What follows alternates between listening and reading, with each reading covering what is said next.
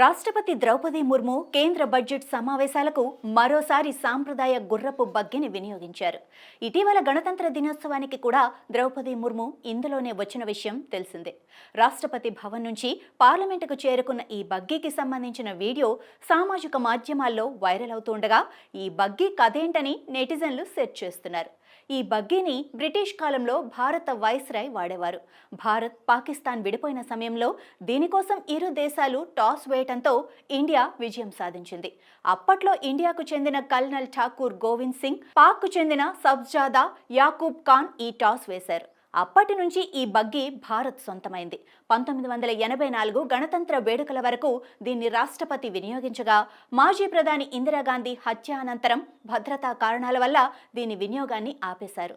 2014, 2016లో మాత్రం అప్పటి రాష్ట్రపతి ప్రణబ్ ముఖర్జీ ఈ బగ్గీలోనే బీటింగ్ రిట్రీట్ కార్యక్రమానికి వెళ్లగా, మళ్లీ ఇప్పుడు ద్రౌపది ముర్ము దీన్ని వాడుతున్నారు.